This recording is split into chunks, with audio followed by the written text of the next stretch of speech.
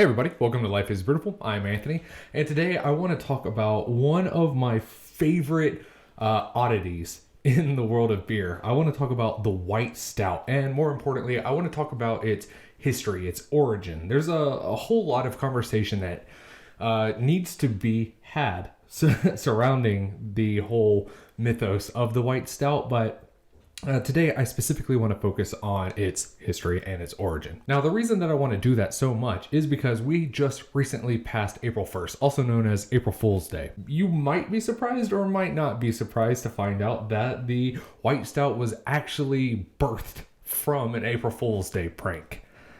I know some people out there are not shocked by that at all. So April Fool's Day in the world of beer is kind of an interesting but enormously cliche type of event. We always have, the breweries who are like, we're putting out something super wacky, tons of crazy adjuncts. And, kind of like 10 years ago, that kind of made sense. It was kind of funny, but it doesn't really make so much sense now because, that seems kind of be standard procedure in a lot of brewery operations. So, with the breweries who are putting like eggs and stuff in their April Fool's Day press releases, I think that line's too blurred. I don't think that joke plays out as well as it used to.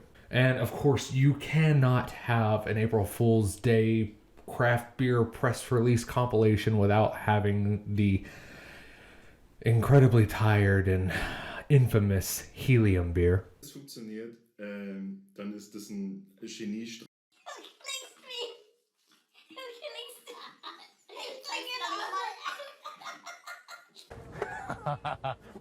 But around the early 2010s, there was an April Fool's Day prank that actually had some merit to it, and it gave birth to the White Stout. So real quick, before we get into that, let's talk about what exactly a White Stout is for anybody who is unaware.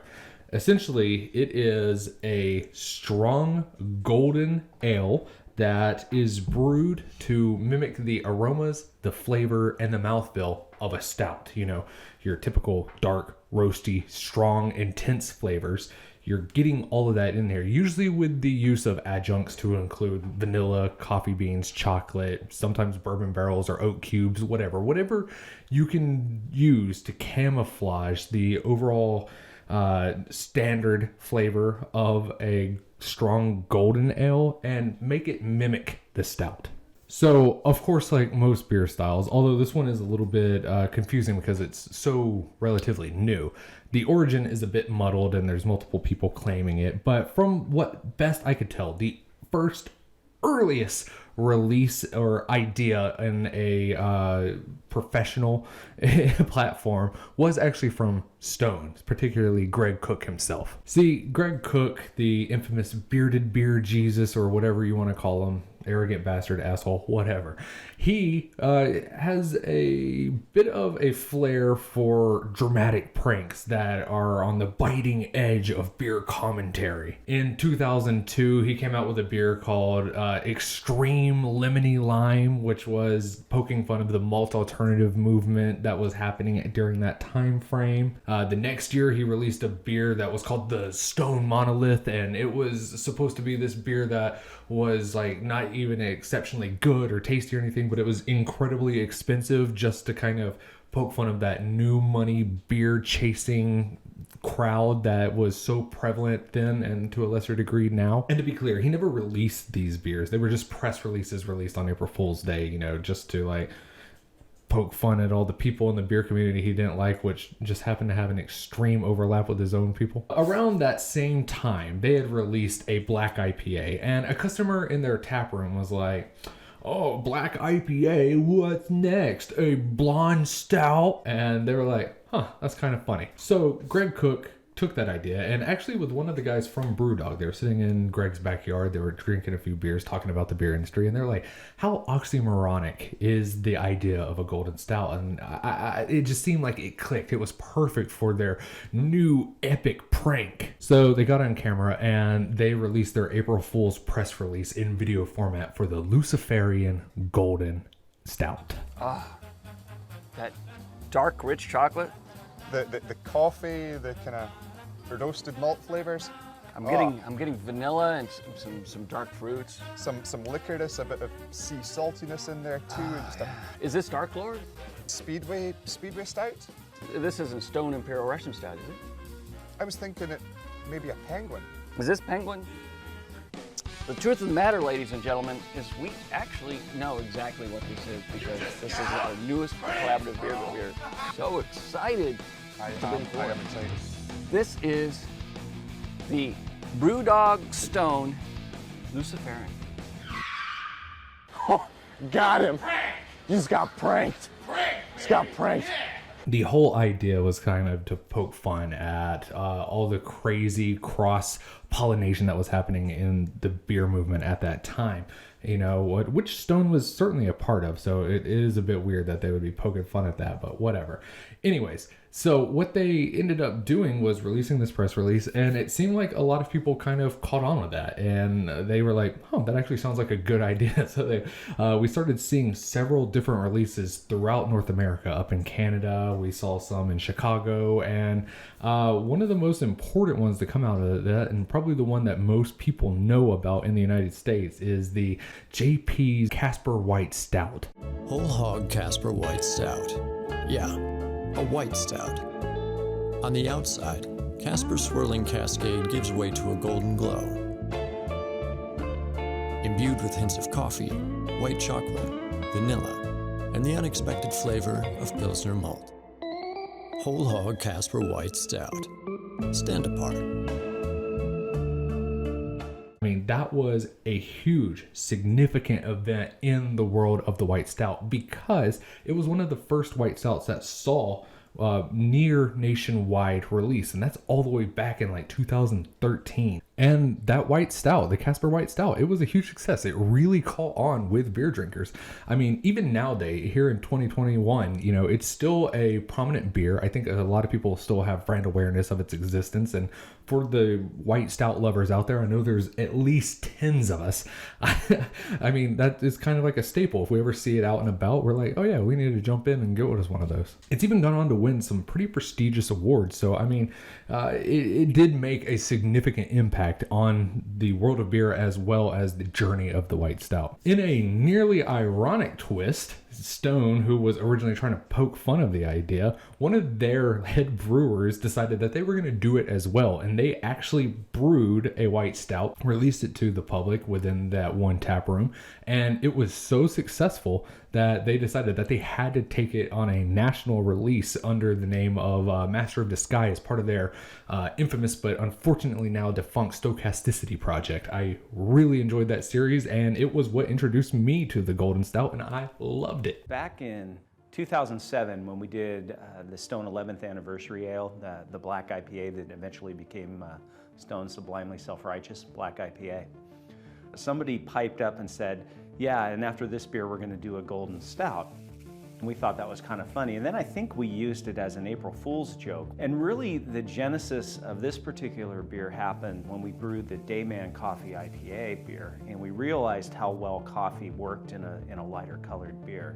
We started thinking seriously about doing a lighter colored beer that had elements of a stout, you know, the roasted cocoa coffee type character. The rate of coffee that you use in adding, when you add it to the beer, and we added it in two places. We added it in the whirlpool, so it was a hot steep, and then we did a cold steep after the fermentation. We really didn't pick up that much color from the coffee. It's surprising, and that's what we've seen. It's enough to get the flavor, but not enough to really pick up any color. You know, it's kind of fun, you know, something that started off as a joke turned into reality, and we were able to make it a reality, and it turned into a really nice beer. Ironic. Reception for these beers was good, and it kept it going. The white stout was now growing across the country. And the interesting thing about it was some drinkers were obviously confused. You know, you always are going to have your style and adjunct purists out there, and you know, they have every right to feel that way. Today we have the Dragon's Milk White. This is a brand new white stout aged in bourbon barrels from New Holland Brewing Company. I'm excited about this one, but I'm also kind of nervous because I'm not used to this style. I don't know how I feel about this because I love Dragon's Milk. Yeah. That's probably my go-to Grand Rapids stout. I get it quite often. I don't think this is gonna be a variation. I think this is a new thing, completely different. It just has a Dragon's Milk name on it for marketing purposes, probably. But a lot of us more daring and looser defined type people, we love the idea. It just seems so invigorating and fresh. And to me, it felt like they were taking something so archaic and outdated and rigid as beer styles and kind of flipping it on its head. I was still getting the same experience out of stouts, my favorite beer style, that I was getting out of this. You know, it was perfect for me. But not only did the customers love it, but so too did a lot of brewers. In fact, the head brewer over at Industrial Revolution said, "The blonde stout was a brewer's challenge, to brew a stout with the flavor but not the color of a stout." I mean, what more do you need? I mean, that, as a brewer myself, that seems like an exceptional challenge to really take on and master. There's so much you have to do to get this to feel like a stout, and that takes a lot of skill and brewer's knowledge, but also not just that, but to actually get the adjuncts to impact its flavor and its taste and its aroma in such a significant way that it is deceptive. I mean, I understand that chase, that challenge, that drive to complete it. Sitting around 2015, the White Stout unfortunately started its early decline. There were discussions going on about, okay, is this an actual beer style? Is this a marketing gimmick? Is this something else completely? Does it deserve to be its own subgenre? There was a lot of discussion, but like I said, it died out and unfortunately kind of ground all those, what I think would have been fruitful conversations, to an absolute halt. And it made me think, and looking back on it now, when I think about the White Stout, I put it into this new category in my mind that I call flash styles. Flash styles are like potential beer styles, beers that are so different that they can't fit into any normal box. And if they do fit into that box, they've carved out their own territory to the point where it's difficult to lump them in directly, like the black IPA. But the thing with the flash styles, are they don't stick around long enough to really get that true distinction. What is the true difference between it and if it actually deserves to be its own style to begin with? Some other examples would be the cold IPA and the Brut IPA, which I think did have a little bit more staying power. It got ingrained a little bit more in people's minds, but still, they've kind of faded out, and there's not a whole lot of discussion on their stylistic differences anymore, Now, I personally do have my own feelings on whether or not the White Stout is its own unique style or not, but that's going to be a much lengthier discussion than we have time for, so I will save that for another day. The simple, unfortunate reality of it is the White Stout dwindled away, and nobody really talks about it now. Although, I will say, there is still a significant movement and a chance at revitalization of the White Stout to prominence and to reinvigorate these conversations that we've been having. Some major breweries like New Holland, they're still putting out White Stouts as part of their core lineup, That is a huge, significant movement for the genre as a whole,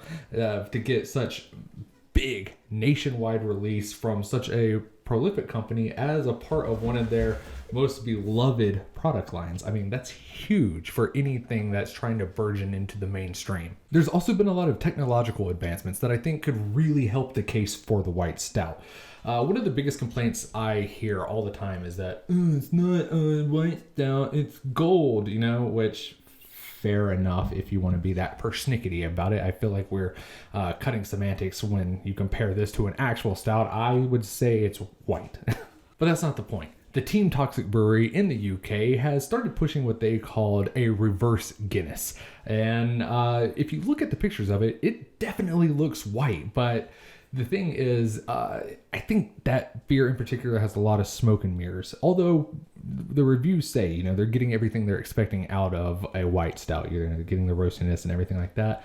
That black head on top of such a white body, it is suspicious, to say the least. It is certainly a bit of trickery. I don't know. To me, it looks like bullshit. That's the best way I can say it. I can't help but feel that there was some type of post-serving manipulation to it that caused it to look that way. And according to some things I've seen online, possibly even affect the way it smells and tastes. So it's not a true golden stout. It's just a bunch of smoke and mirrors bullshit. And then we saw another brewery out of the UK called Hammerton, and they did something incredibly interesting, but also take with a grain of salt. They have released what they are calling the first true white stout, and it is white for sure, though some of it does look a little bit golden in some lights. There's also huge aromatics of roast and chocolate and coffee and everything you would expect out of a normal stout, and what you're hoping to have show through very cleanly, very noticeably in a white stout. But here's the thing. They said all of that aromatic quality came from the malt itself through a proprietary process that they partnered with a nearby local maltster to do, in a process that they are calling reverse roasting of the malt. Now, I have no clue what the hell that means. I'm not even gonna lie. I don't know enough about the malting process to be able to tell you what it would undergo to have that type of flavor and that type of aromatic impact while maintaining that color. Very suspicious, and I really do wish they weren't so vague about it. They didn't talk about who the maltster was, they didn't talk about the process, and I understand wanting to protect your proprietary, but if we're advancing this beer style, I feel like it's something that you kind of need to share, just so people don't think you're as full of shit as the others. All of those things have the potential to bring the white stout back to prominence, as I said. It also has the ability to spark that conversation about what it means to be a beer style. I mean, I understand people's arguments how, this is just a golden stout with a bunch of adjuncts. So that doesn't qualify it for its own unique beer style. What about the Creek, which is just cherry lambic? Or what about the Milk Stout, which is just a lactose stout?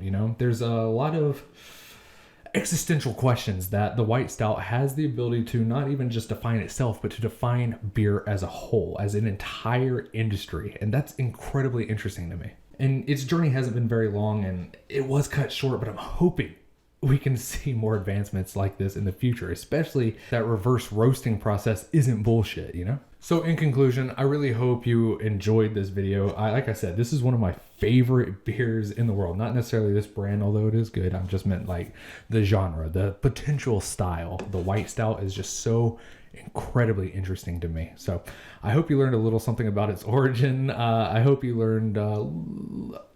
I hope it invigorated some type of thoughts or discussions you would like to have on it, because I will talk about the white stout all day long. Because to me, the white stout is something that is the perfect example of something that's like, what is the phrase? Too weird to live and too rare to die, or whatever. It's cool. So thank you very much for watching, everybody. I really hope you enjoyed. Let me know if you were actually surprised on whether or not the white stout started as an April Fool's Day prank, because like I said, I bet a lot of you aren't. Anyways, thank you very much for watching. I really hope you enjoyed, and stay tuned. We'll talk about some more white stouts in the future. Remember, there's a story in every bottle, and that life is beautiful. Cheers.